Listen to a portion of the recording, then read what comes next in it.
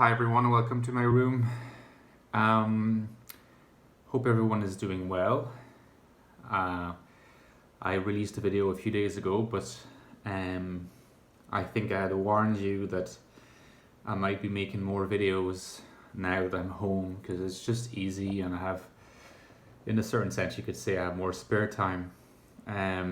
So what are we going to discuss today? Well, I thought that I would give you a little bit of a further introduction to what I have called in the past my functionalist model of typology. You might also call it just type functionalism.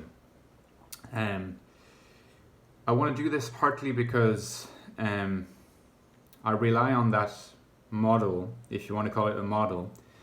I rely on that model to an extent in my upcoming book on the INFJ.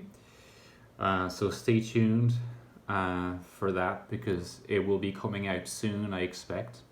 So you can already get psychologically ready for that. Now the type functionalism I'm talking about is not the major part of the book, but it still is, an elements of it which deserves maybe a little bit of clarification. I don't think that it will spoil anything about the book if I expanded on it at a little bit more length. So what do I mean by type functionalism? I think that what I will do in order to make this video not too dry is take the example of NI. Hence, the title of this video, which is how NI processes information. So before I answer this question, it's worth just pondering for a moment why I'm associating the function of introverted intuition and the processing of information. It might not be obvious to everyone that introverted intuition is primarily a processing function. Now, I think that the nature of NI as a processing function will become a little bit clearer to you once we take a look at how people in general in the typology community tend to think not only of the 8 cognitive functions, but also of how these cognitive functions are manifested, instantiated in individuals, in people. This is a bit of a pet peeve of mine. The problem with the typology community in general, I would say probably 80 to 90% of people, is that when they try to identify the type of a particular person, a particular personality, whether they be a famous person, whether fictional or real, or maybe like someone they know in their life or someone they know online, the problem is that they tend to see the functions as directly correlated with information. So just let me clarify what I mean by this. What I mean by information is information about a person's thoughts, a person's inclinations, a person's speech, a person's language. The vast majority of the time when people type online, what they do is they look at what a particular person says, right? And on that basis, they try to identify what functions come across in what the person says. So you could sort of call that, the identification of type based on informational content. It's interesting that in this respect, the approach of cognitive type, of voltology, in relation to which I made a number of videos recently, including my most recent, where my own type was analyzed by a voltologist. Well, it's interesting to emphasize again that Voltology takes a different approach where function used is not identified in relation to the expression of content, of informational content. So a voltologist will not look at what a person says and then analyze the speech content of the person, the language, and derive functions from that. What they will do, they will look at the physiological micro-expressions. So that's an interesting alternative, because the approach that focuses on looking at the speech or language content of a person, what they say, basically, across like an interview, for example, a 15-minute interview, that's typical. People love doing that. They will take an actor or an actress and they will give her a type, and to sort of back that up, they will say, look at this interview. At that point, she displays FI. At that point, she displays NE. At that point, she displays SI, but not quite as much. She seems introverted, so she's probably an INFP. That's the very, very common approach, probably the most common. I do think that the approach that's based on the scrutiny of speech content is important, and that Voltology cannot completely replace it. But its weakness is, and people fall into that trap a lot, is to think that the content that is expressed in language is directly correlated with a function without any mediation of the nature of the function. So let me just specify what I mean by this. I mean that they will just say, this person in this interview says that she is fiercely independent and she's not easily influenced by other people or whatever, and so they will think that that means FI. That's in a way a failure, because it is directly looking at the contents as if it were indicative of a function. But a function is actually not a content. So there's a difference between the information that you gather from what a person says and the function by which the person expresses the information, in such a way that you can have this essentially the same contents for a particular piece of information, and the exact same informational content could be expressed through FITE or through FETI or through TIFE or through TEFI. It will not be expressed in the same way, although the actual content of the information could be the exact same.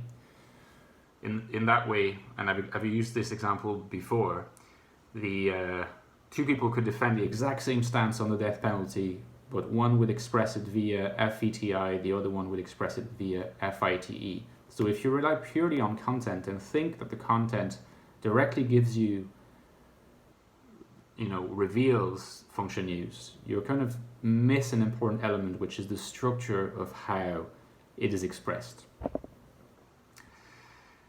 And that's why I think that it's useful to take the perceiving functions and the judging functions and to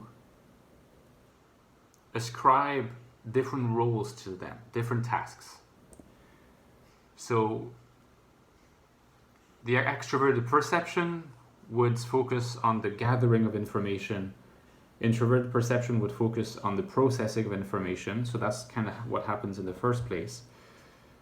And next to that, logically following the act of perception, first gathering, then processing, comes judgment. In the first place, internal deliberation logically precedes external justification. So for internal deliberation, you have FI and TI, and for external justification, you have FE and TE. Now, this hopefully clarifies a little bit what is meant by NI being a processing function. It's a processing function. It's a function that processes information because unlike NI is not concerned with gathering information in the external world. It's not just that it's not concerned with it, it can't do it. It's not built to perform that role, to perform that task. And it cannot perform that task because although it is a perceiving function, it's introverted, so it looks inward. If it looks inward, it cannot go outward and collect information in the external world. It can only look at what information has been gathered in the first place. Once the information has been gathered, and I can take a look at it and recognize patterns. But it cannot do this on its own. The information has to be gathered externally in the first place. So there's only one function in the INJ anyway that can do this. It's the extroverted perceiving function, and that's SE.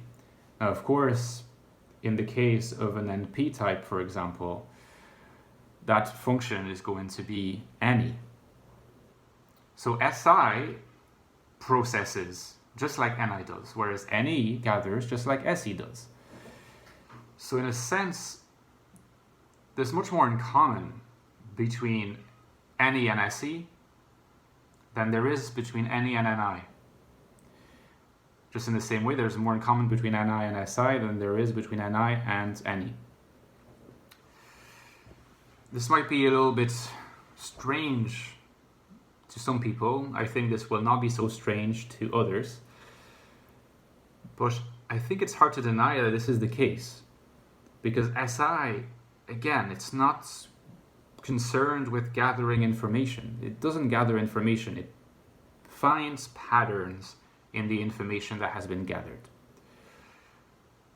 Now, it does not do the it does not do the processing in the same way that introverted intuition does the processing. That's what distinguishes the intuitive processing from the sensory processing.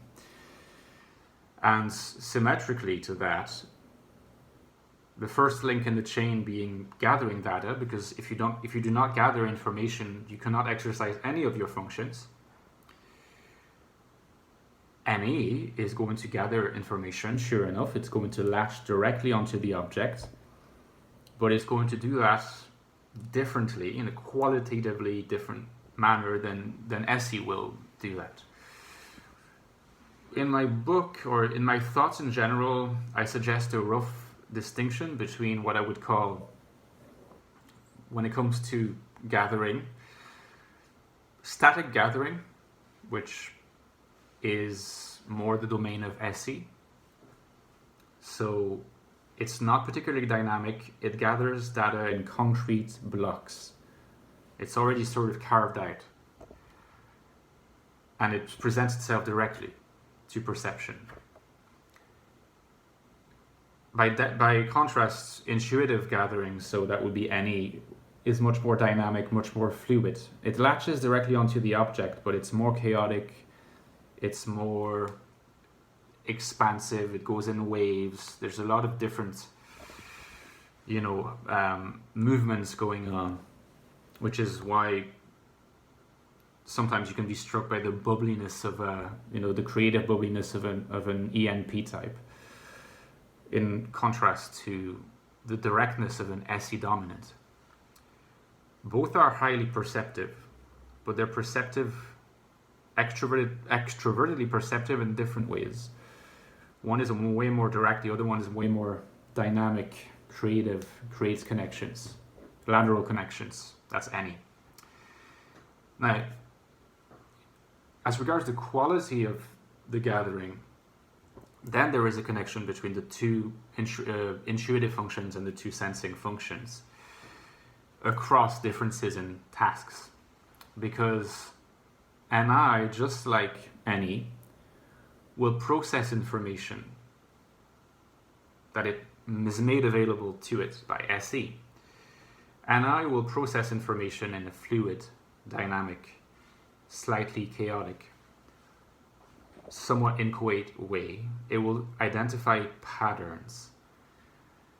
And the patterns it identifies can be more penetrating than the patterns of SI because it is dynamic, there's a higher chance of identifying more unlikely patterns on the basis of the information provided. But because it is more dynamic, it is always also threatening to dissipate into the nothingness. So it has to be seized when the opportunity arises, if it can, because sometimes the patterns are highly original, but they're so obscure and so symbolic that it might be hard to translate them into words. But by writing, you can attempt to get something out of the symbol, but often writing is the best option. By contrast, SI is more like here, symmetrically like SE.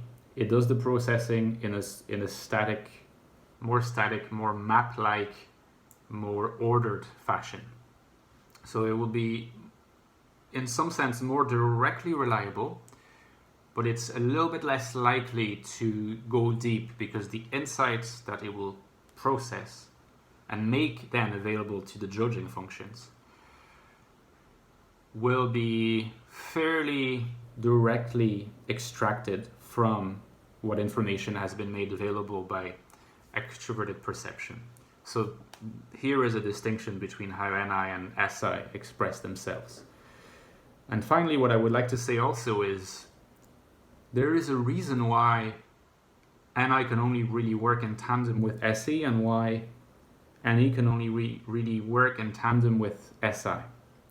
You cannot have a pairing of introverted intuition and extroverted intuition as gathering and processing. And you can't have SI and SE working together as gathering processing either. So why isn't it possible? Why is it theoretically impossible to have a pairing like this? Because if we just think just like that, we might think, well, maybe there are types that are SE-SI or NE-NI. Why is that not possible? It's not possible because to get to a stage where information can be made available to judgment past its processing, there needs to be a movement. There needs to be some kind of movement that allows simultaneously for the flow of information, but also for its eventual delivery in an understandable, graspable, expressible format. If you have SE-SI, the problem is both functions are static, one SE in its gathering, one SI in its processing. So information never flows in the first place, so it cannot be conveyed to the judging functions. If you have a pairing of NE and NI, the problem is then not that it's completely static, but it's completely dynamic. And because the information here will be completely dynamic, there's never a point at which the information is kind of circumscribed and made static, just so that it can be then freed up for judgment. There needs to be a unifying and solidifying of the information into some kind of representation for the judging functions. And that can only be done when the two perceiving functions, introverted and extroverted, are sensing, perceiving. That's why we cannot have a pure sensory pairing or a pure intuitive pairing. And so this is why you get NISE or NESI. Now, these are insights from my functionalist model. I have not gone into the more detail here because the video is already quite long and I have not been good at being concise.